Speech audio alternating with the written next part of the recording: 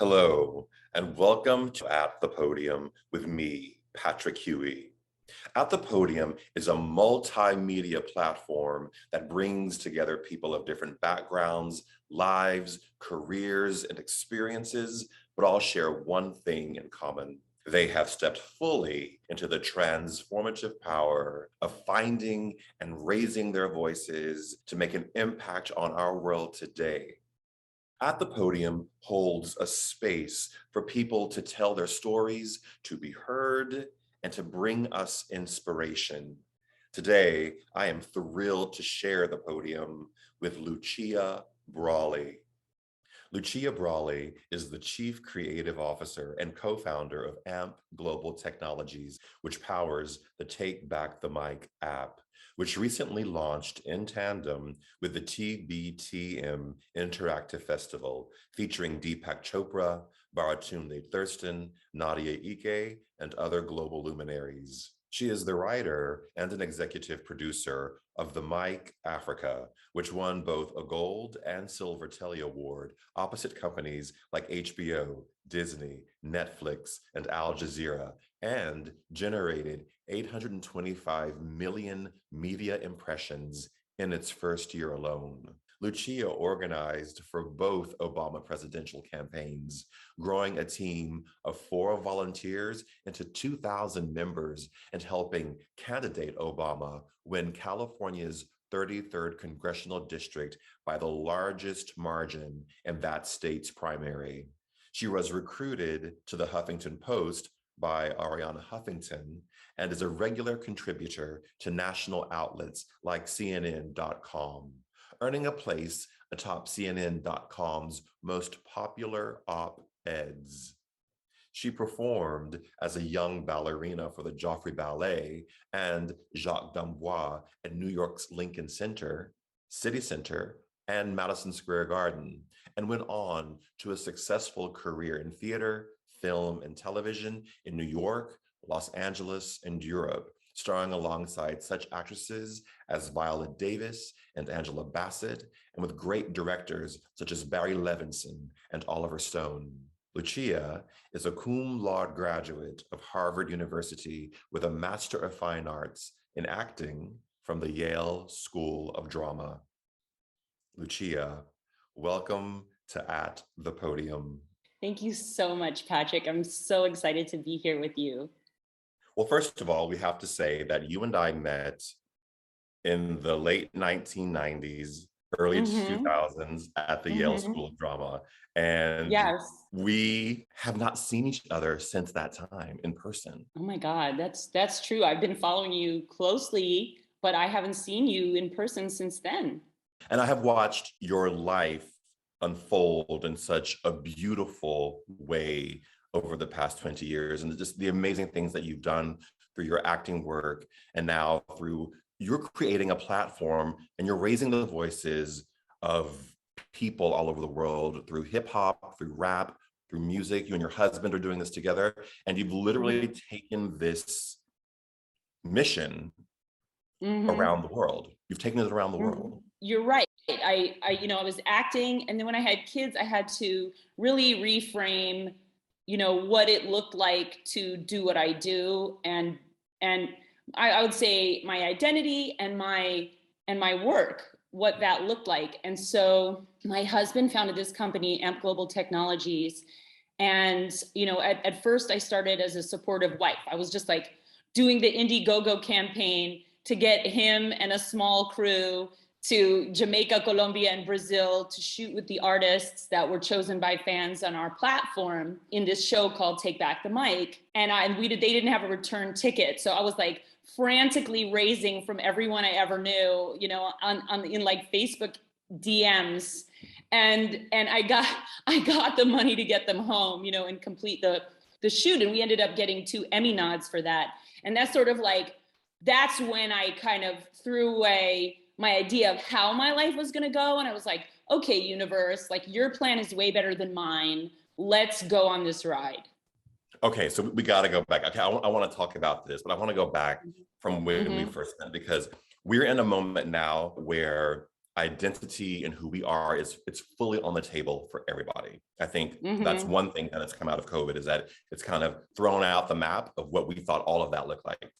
Mm-hmm. So I want to talk to you. So when we were back both studying at Yale, and during our time there was an organization for the Black students in the drama school that was called the Folks, right? I think it still exists. And it was started, I Yeah. believe, by Angela Bassett, whom you've worked with in the past. And in our, I would say, our limited understanding of racial identity and who was or was not Black or a person of color and what that all meant, I remember you were not asked to join the group when you Mm. arrived at the school, which, looking back on that now, what an oversight, because we had such a narrow view of who was a person of color and who was not part of sort of like the monolithic sort of pedagogy that existed there. But can you talk about the role that identity and race have played in your life in general as you've moved and grown through the world? Okay, this is such an amazing question, and I don't think anybody has ever asked me such a provocative and interesting question. So it is totally fine. I didn't feel hurt or left out that I wasn't invited. I actually, if anything, probably felt both at Harvard, where I was an undergraduate, and at Yale, where I was a graduate student, the most welcomed and embraced by the Black students and Latinx students. And that's always where I kind of felt like I fit the most. And nobody knows what I am. Like, probably what I get the most from people of all races is like, are you biracial? But I also kind of look like I could be anything. So anywhere I go in the world, like, people kind of wonder if I'm from where they're from. And I think it's an interesting journey for me, and a long journey, because my parents, if you ask them, they would probably, my mother would definitely say she identifies as white. She's Italian American. Her mother came from Italy as an immigrant. Her dad's parents came from Italy as immigrants, but they were, had dark curly hair and full lips. And my grandfather was he was the captain of the Penn State golf team. And he actually came up against racism very starkly, like when certain colleges wouldn't play his team because they said that Penn State had an N-word for a captain on their team. So that was very painful for him. So, that's just to show you how kind of ethnically ambiguous even the Italian side was. And if you talk to my dad, he's like, hey, I'm Mexican and Irish.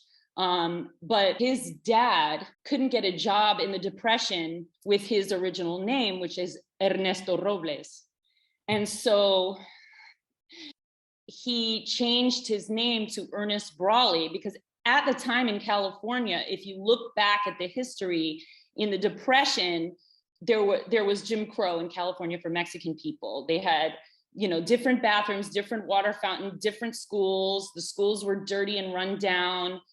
They were deporting American citizens of Mexican descent to Mexico, and they hadn't even ever lived there. Their family was living in Arizona, New Mexico, and Southern California and Texas for generations. In that context, I can understand why he tried to pass, because he wanted a job. He didn't want to get deported. He wanted opportunities.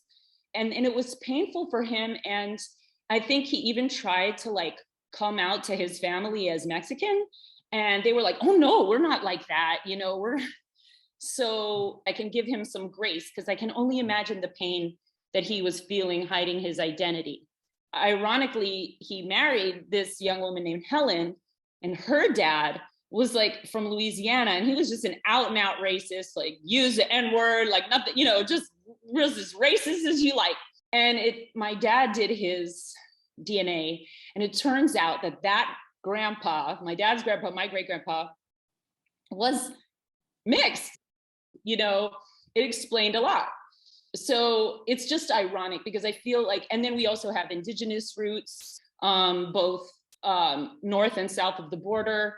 And then we have roots from England and Ireland, where they came over in the 1600s.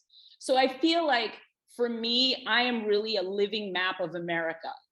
My background kind of, it's just encompasses so many of the key parts of the American story. I have never heard racial identity be described as a living map of America.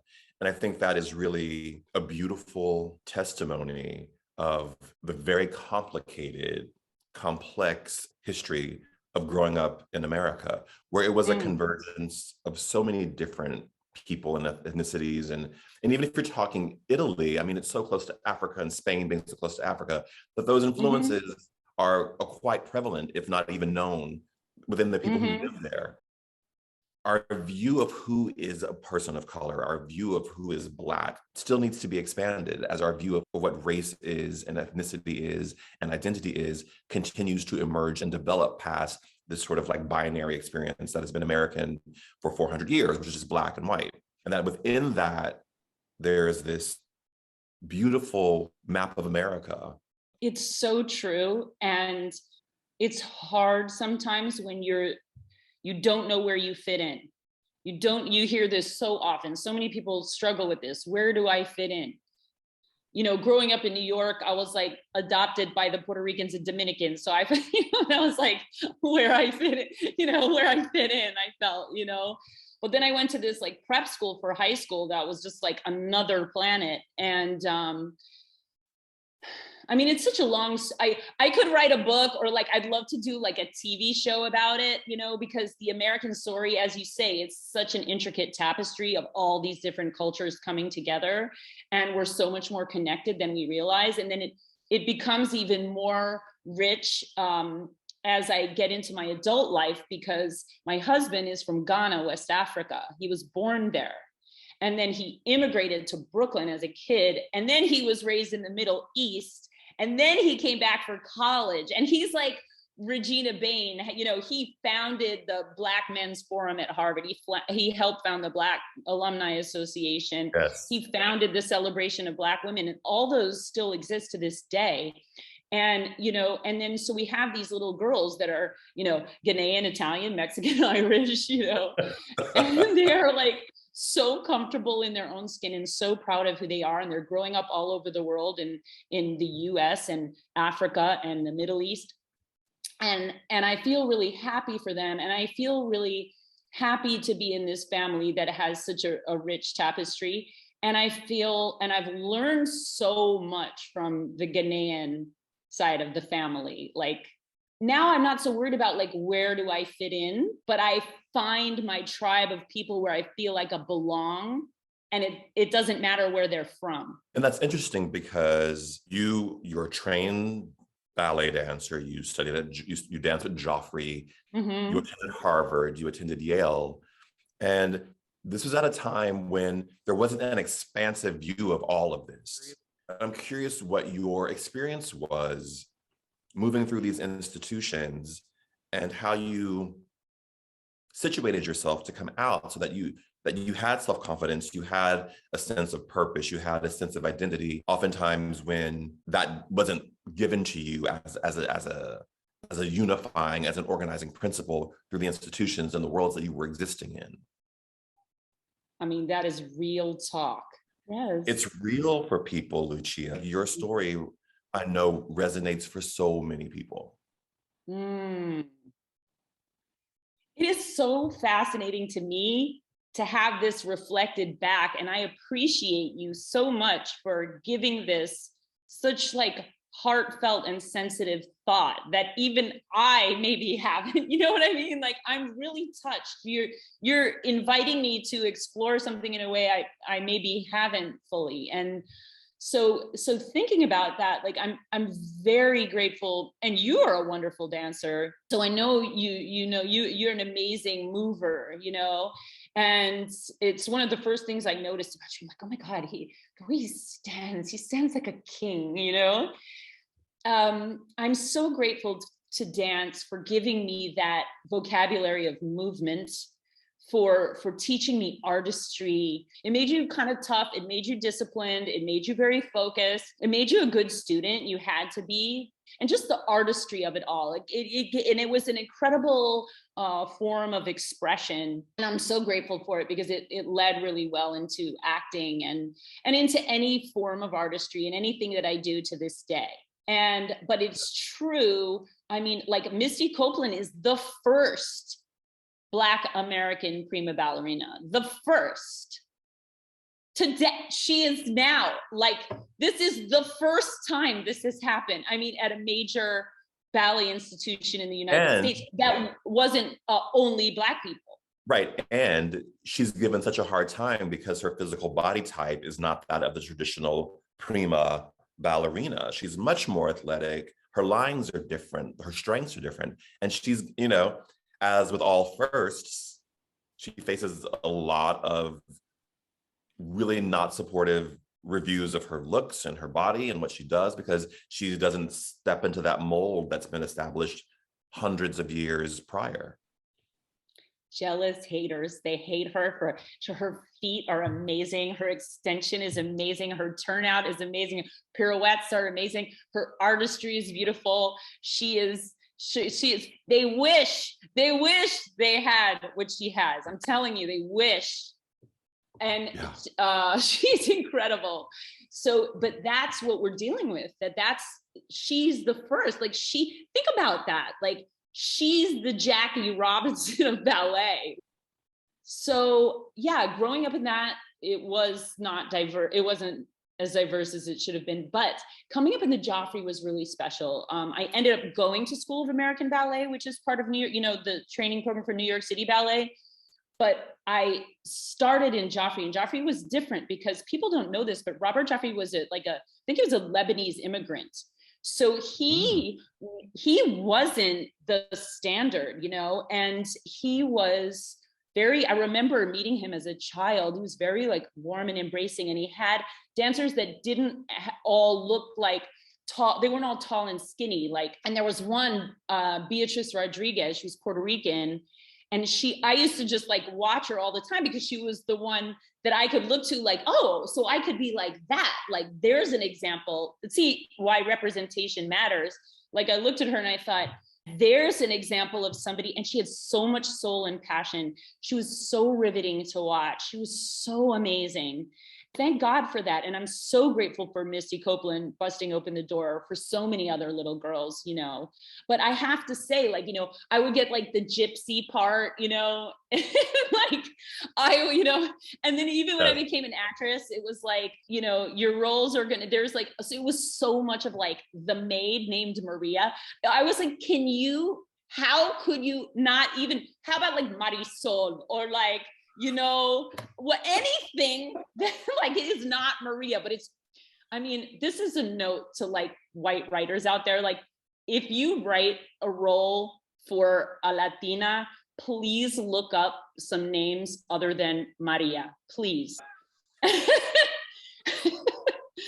Now, like it's getting better, but like the roles, you know, were maids or like the tough detective or a nurse, but it wasn't like the full range of human experience. And it's still not good enough, but it's better. Like, I'm sure you remember this, Patrick, like when you would go audition, it was like the main roles were assumed white. It didn't even say their race. It was just assumed white, probably with blonde hair and blue eyes even at the time. Yes.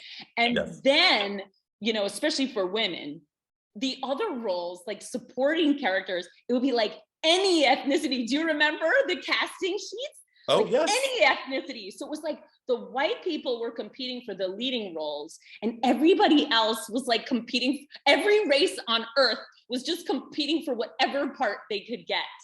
I remember this was in the early 1990s when I was an undergrad, and we were doing a show called Bloody Poetry, which was about the relationship between Mary Shelley and Byron and all those people. And it was my senior year of college, and I really wanted to be in this play. And I remember we had very serious conversations about, could a Black person play an historically white person in a play? Which cut to 2015, 2016, when that is the unifying principle behind Hamilton, that it is all of our stories, and we express that through multiracial casting. And it just shows you where sometimes the anger comes from, where, and listen, I hold no animus for those conversations because that was the time that we lived in. That is not, and those people that I had those conversations with are still my friends today. But it contextualizes this conversation that we're having in a way that I hope it makes it real for people that I'm 51 years old. I was having that conversation literally 30 years ago, which if you look at the span of history is a blink of an eye, where I was having legitimate conversations about, can I as a Black person play Shelley? And how many white men have played Othello? This is the context this is the framework that we exist in, and that we are trying to reimagine. I think your kids will have a very different journey perhaps than what we had growing up. And I hope that the work that's being done around, and this is really the real reason behind it, and you really touched on it, is that representation matters, and that people need to look up and see people who look like them, who believe like them, who live like them. And this is what makes things like what's happening in Florida with the Don't Say Gay and the banning of the books in America right now so dangerous, is because we're removing what has taken years to build into place to have the voices heard. And now those things are being taken away because it's politically expedient to do so. So that I think that's why I'm loving this conversation with you, because I think you're the living embodiment of what it can mean when a person looks up and sees a ballerina who looks like them. You know? Patrick, this is so real. And I have to say, like, sadly, this is we left America for reasons of, we were pursuing something that we knew we could find elsewhere. But there was also the feeling of like, there are things about American society that aren't good for our daughters, you know? And yes. Everything from the educational system being very, and sometimes it's obvious and sometimes it's very subtle, the way they steer Black kids into lesser opportunities or make them feel marginalized. And then more obvious things, like obviously the police in America toward Black people. And, you know, if your name is one thing, it's harder to get a job. If your hair is one way, it's harder to get a job. Obviously guns, you know, and guns and school shootings and things like that. We were just like, why? You know, there are countries all over the world where people don't live this way. You know, why would we subject our children to that? And I'm somebody who's always fought hard to try to help create the America I want to see. But, you know, with my kids, it's like, you know, I'm just going to let them be where they're free, you know? And that's been amazing. And it's amazing to watch them develop their sense of self, you know, free of all that, even though they're aware of it. It's not like we don't discuss it. They understand it, but they also understand that there's an alternative. And we've also carefully curated their lives with representation. Like I made a wall full of, you know, sisters with afros so they can know how beautiful their hair is, you know, and like just see women who look like them. Like they play tennis, so they watch a lot of Serena and Naomi Osaka. And we carefully curate their lives in a way that allows them to see that representation, so they know there are no limits on who they can be and what they can achieve. It's so fascinating that you say that, because I remember when I left America for 5 years and lived in the Caribbean and lived in Asia. And it really was an eye-opening experience for me. But I remember moving to Jamaica and I had to completely recalibrate my sense of who I was, because I was no longer a minority. I was no longer looked at when I walked down the street. I no longer had people cross the street when I walked past them. Women didn't hold their purses. I wasn't fearful of being pulled over by the police. And I had to reshift my entire lens of myself to not have a minority mindset. And it was the most empowering moment to be able to do that. and to be judged on things other than just me being a Black person. Now, listen, every country has their issues. We can talk about the color line and being lighter and being darker for hours, and those things are real and they exist in countries where people are different or darker skinned and not predominantly Caucasian. But I think what you're giving your daughters is a real gift, because it's going to give them a sense of who they are without the weight of slavery and the yoke of low expectations being placed on them, which often happens to Black kids and kids of color in America. Absolutely. And I'm so glad you got to have that experience in the Caribbean, where even though it's, maybe it's not perfect, but it's different. It's a better experience to feel you are part of the majority and you are accepted and you belong, right? And the society is for you, right? It's for you. Right. Even though, Black people in America have created American culture. American culture is Black culture. It's just, but Black people aren't treated as equal first-class citizens, and to this day, and all you have to do is look at the voting rights, being squelched and on and on. But I think what's also really powerful is that being married to a man from Ghana, there's a feeling of he didn't grow up. It wasn't until high school that he actually really experienced racism. And so it came as a shock to him, and he never accepted it, because it wasn't like it wasn't like something he had just lived with. And Ghanaians are very proud people. And there's a saying that the whole country says, it's Jinyame, and it means no one is greater than I except God. All things change except God. It's except God, right? But so Ghanaians walk around like with the feeling like no one is greater than I except God. Yeah.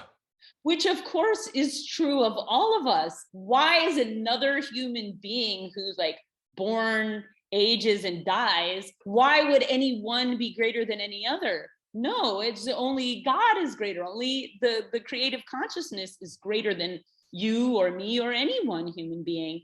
And if we can all I think part of the problem in America, like when you see the white curriculum that is like embarrassed or afraid, to discuss the realities of white supremacy in America, that's their shame.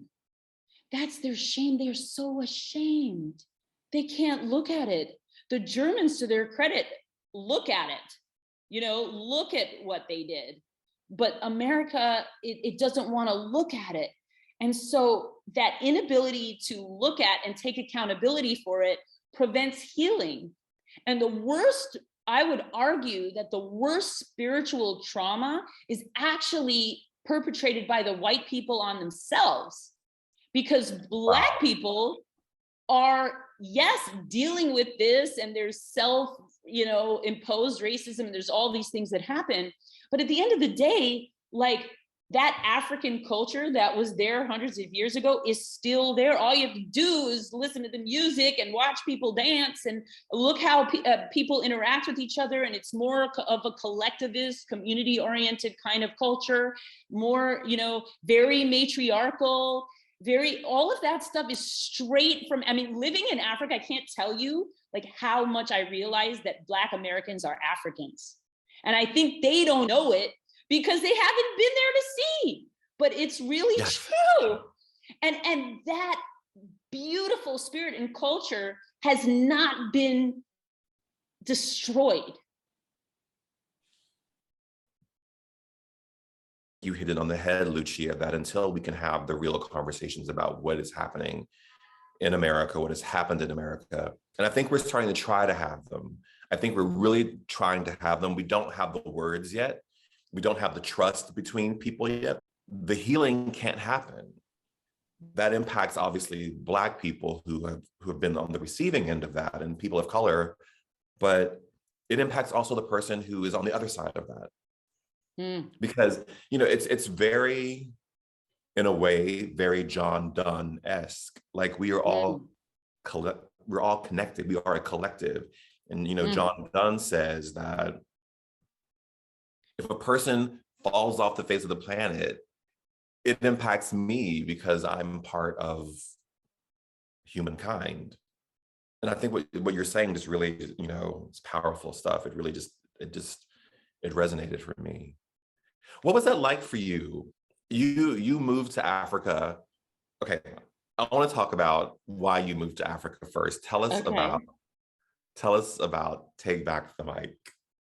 Okay, awesome. So we created this web series. That's the one that got the 2 Emmy nods for Outstanding Interactive Program. And it used our online platform to enable fans to choose who got on the show, who advanced in the competition, and who won. It's almost like if you took Anthony Bourdain and American Idol and put them together, except hip hop focused. So it's like rappers, singers, break dancers, graffiti artists, DJs, selected by fans on our platform, which rewards fans for their engagement, for watching and sharing great content. So it enables artists and fans to work together to build a movement around that content. They basically came from the first year, Jamaica, Colombia, and Brazil. The second year, we added Mexico and DR, Dominican Republic. And those Emmy nods sort of attracted attention from other partners. And so basically, my husband being from Ghana, he was looking at, you know, both reasons he wanted to leave America, but also reasons he wanted to return to the continent, because the continent is so full of opportunity right now. There's so much talent and vibrancy there. There's so many fast-growing economies there. The culture is amazing. I mean, just look how African music is blowing up with like Burna Boy and Wizkid and, you know, Tiwa Savage and all these amazing artists coming out of the continent and, you know, blowing up everywhere and collaborating with Beyonce and this one and that one, you know. So we were like, hey, it would be amazing to go to Africa. It would be amazing to do our show there, and it'll be easier because we can produce the show there for less money, get all these amazing artists and highlight them for the world. So that's what we did. We did the first 2 seasons. The first season we were in 6 countries. The second season we were in 10 countries. The first season we were broadcast in 8 countries. The second season we broadcast in more than 20 countries. We ended up winning 2 Telly Awards, gold and silver, opposite the biggest media companies in the world, Netflix, Disney, HBO, and all interactive, all the fans choosing the artists, and all these previously unknown, amazing talents from across the continent. So gifted, so beautiful, so powerful, from East and West and North and South Africa, and showing the diversity of the continent, from Morocco to South Africa, from Nigeria and Ghana and Senegal to Kenya and Rwanda and Ethiopia. And what a magnificent, you know, and I'll get on my soapbox and I will say this every day, Africa is the wealthiest continent on the planet. It's the wealthiest. They don't have gold in Europe. Where do you think the gold comes from? It comes from Africa. The diamonds, all the minerals, everything in your cell phone, you know, oil. How about culture? And so there's this absurd upside down narrative that Africa is poor. Africa is the wealthiest continent in the world, always has been. Why it's been pillaged the whole time by everybody to this day. And so much soul, so much beauty, so much talent, so much to learn from Africans. And, you know, not to say it's all perfect. I mean, there are people like everyone and there are problems like everywhere, but like the PR campaign for the West versus the PR campaign for Africa, you know? And so part of our mission is like to do a PR campaign for Africa. Like we do these beautiful artist profiles by amazing filmmakers on the ground. So like the Rwandese filmmaker is shooting the Rwandese artists, like the, young South African filmmaker is shooting South African artists, the Senegalese filmmaker shooting Senegalese artists on the ground. And so you're getting a real perspective from that community, of their community. And then we do these explainers that are interwoven with animation and rotoscopy, where you get to see like all the beautiful, rich culture of Africa, not just ancient, but like what's popping now, like what is the youth culture today? And it's so fresh. And like, that's what we're trying to show the world and export brand Africa in a way that makes people understand, like, you need to come over here. It's, it's amazing. And so you were in Africa for how many years? We were there for 2 years, but we're still there. So Dubai is very much like a gateway to Africa. And furthermore, Dubai gets really hot in the summer. So we'll probably be back in Africa for those hotter months. So it's not like we left. We are still very much rooted there, and we're working on, developing season 3 of the Mike Africa. We're also looking at, expanding it beyond Africa. So, and that's part of where Dubai fits in, because it's really the new crossroads of the world. Oh, Lucia, when I was reading your story and when I've watched all that you've been doing, it made me think of, you remember Pan Bandu, who was in my class at school? Of course. An amazing human being. Yes. He was our first episode that we released of this podcast, and he said something. And as I was, looking at your work and researching you, it made me think of him, because he talked about how we all get to be multi-hyphenates. We get to be many things. And I just think about you as a dancer, as an actor, as a creator of content, as a producer, as a wife, as a mother, as a daughter, and all of these things that you embody. And I was like, Lucia is the personification of a multi-hyphenate, and that you built this life that is literally not defined and prescribed by your gender, your race, your ethnicity, what you've been educated to do, what you should be doing. Can you talk about that? I think you hit the nail on the head. And this actually came up in the episode you did with Regina, where she talks about finding your joy. Yes. People are looking for themselves, like they want to find themselves, and I think for me, finding myself is about finding my joy. So what I would just say this to anybody, so you don't have to go through years of neuroses and turmoil, like, it all comes back to Wesley at Yale showed us Joseph Campbell and follow your bliss. But there's something real to that. I think it's scary for people, because you think, oh, am I going to be self-indulgent if I just do what I want to do? But it doesn't mean you lose accountability and responsibility and service to other people. But we can be so imprisoned by what we've been taught we should do. This is what you should do. This is, you should, anything should, like now I'm like, should, I'm taking it out of my vocabulary.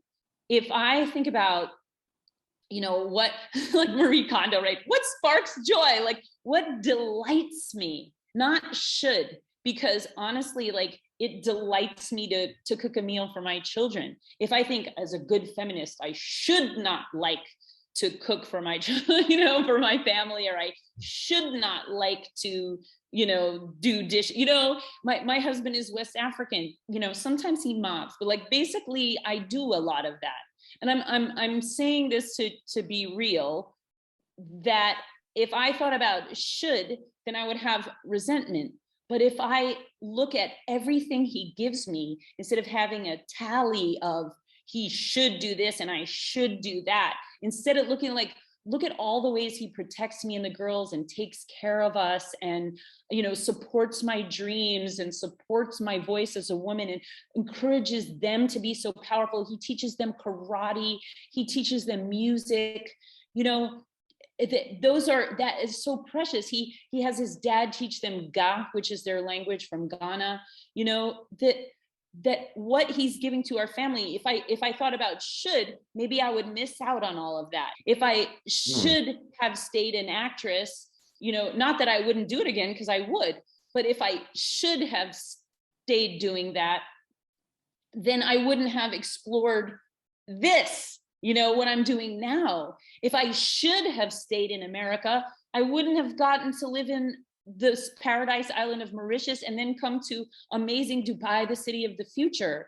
So more and more, you know, even in terms of who we should and should not talk to or interact with, right? You know, let that all go and think about like what really nourishes your soul. That's your joy, and that's who you really are. And the more you allow that to emerge, the richer, more amazing and enjoyable your life becomes. And as I've learned, not so much, it's not just the big moments, right? It's so nice to get nominated for an Emmy. It's so nice to win a Telly Award. You know, it's nice to walk down a red carpet and get your picture taken. But that isn't, it's not like everything in between. Let's just like rush to get there. You know, I started to feel like, what am I racing toward? Who am I racing for? What am I racing from? Why am I racing? Why am I racing? But if I, you know, just a simple thing of like chopping carrots to give my children a healthy meal, or tucking them in at night, or letting them show me a picture, or watching these artists that we put on TV, you know, have their moment where of victory and glory, and showing the world their remarkable talent, or just spending time with a friend and laughing. Those are the moments that when you look back as an old person and you look back and you're like, that's where like the good stuff is, you know? You know, it's so funny. You said that. I was with a colleague and she was having a particularly difficult day at work. And I said to her, I said, you know what? I said, we need a little perspective here. When you're on your last breath, you're not going to be thinking about this thing right now that's causing you so much pain. And I said, it's not because the thing that you're doing is unimportant, but it has a place. And if it's stealing your joy, you got to release it really fast, because as we draw, you know, no one's getting younger. And as we, you know, we stare down the path to, we all are going to leave this planet one day. I don't want my last breaths, and they won't be reflecting upon the things that have brought me unhappiness or caused me pain. So I think what you're saying is right on. Yes.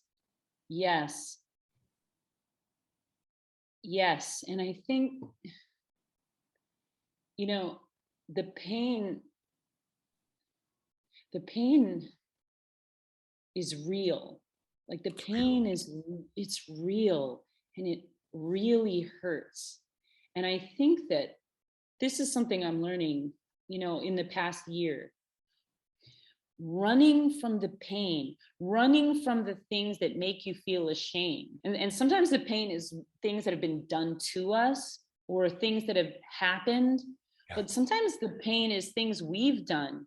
We're all human. Like we've all done things we're ashamed of, we regret, we've hurt people, we feel remorse, you know? And sometimes that's the deepest pain you don't want to share with anyone, because you're like, if they knew, they wouldn't love me, you know? I think doing a deep dive, and this is one of the things about COVID, where you like, when you were stuck in the house and you had nowhere to go, it was like people either they were like, see ya, or, you know, you had to like have a kind of come to Jesus moment. It's like, if you have the courage to do a deep dive into the pain and process it, you know, preferably with help, you know, whatever that looks like for you, but to process it in a way where you go like, if my friend made a mistake, I wouldn't be like, screw you, I hate you, you would be like, it's okay, like you're human, you know, live and learn, like it's okay, you know. So if you can give yourself that grace of like, Yeah, okay, so you made mistakes, you regret it, you feel stupid, you're ashamed, you're embarrassed. But like look at it, deal with it, because it's all the stuff we do to distract and run away from it that hurts us. And if we can Mm, just like sit with it and breathe with it, meditate, find your feet, you know what I mean? Like give yourself a little like, it's okay, just like you would for a friend, then you can process and heal that pain and trauma in a way that allows you to be more joyful. So mm. actually going toward the pain in a healthy way is the way to find the joy. I have one question left for you, Lucia. In this season of the show, um, we are talking about people who have found their voice, Mm. who have released their voice. And I want to know what that means for you. And have you found your voice? I think I found my voice. I think I found my voice. I think I'm finding it now. And it's an amazing feeling as a woman, because I think as a woman so often we're told to, play small and, not rock boats, be nice, accommodate. And some of that comes naturally and can be very beautiful. And I don't, again, there's no should, right? Right. But at the same time, it's limiting. And when you look at the vitriol that is reserved only for ambitious women, the levels of venom reserved for women who don't know their place, it's terrifying. And it makes you go, "Ah, maybe I don't want that. Like maybe I shouldn't go there, but at the same time, you don't want to limit yourself, and by the same token, if spending time with your family is what makes you feel good, you don't have to go be a go-getter to prove your feminist worth. It's, again, what is authentically joyful for you. And I think more and more as women, if we can tap into that, then because strength and success, we've been conditioned to think it's male. So, but we don't have to be men to be strong and successful. We can define that for ourselves. So I would say I'm in that process right now, and I'm really enjoying it, and it's very liberating. And I would love to save other women some of the grief and struggle that I went through to get here, so that they can experience it earlier. But maybe they already are experiencing it earlier because they're younger and they're at a different point on the continuum, Right. You know what I'm saying? Yes. Yes. Lucia, thank you. Thank you. Thank you. Thank you so much for your time today. It is so beautiful to hear your voice and to see you. I think one of the beautiful things about that program that we were in together is that it's such a unique experience that I feel like I'm bonded with all the people that we encountered there over our time. And it just, time does not diminish the love and the respect, because we survived a very beautiful, unique, complicated 3 years together. And so I'm so grateful to you for today. I'm so grateful to you, Patrick. Thank you so much for convening these conversations and for allowing a space in the world for them to happen, because they really matter. Oh, thank you. And to those of you who are watching and listening, remember, we all have a voice. Use yours wisely. Bye, everyone.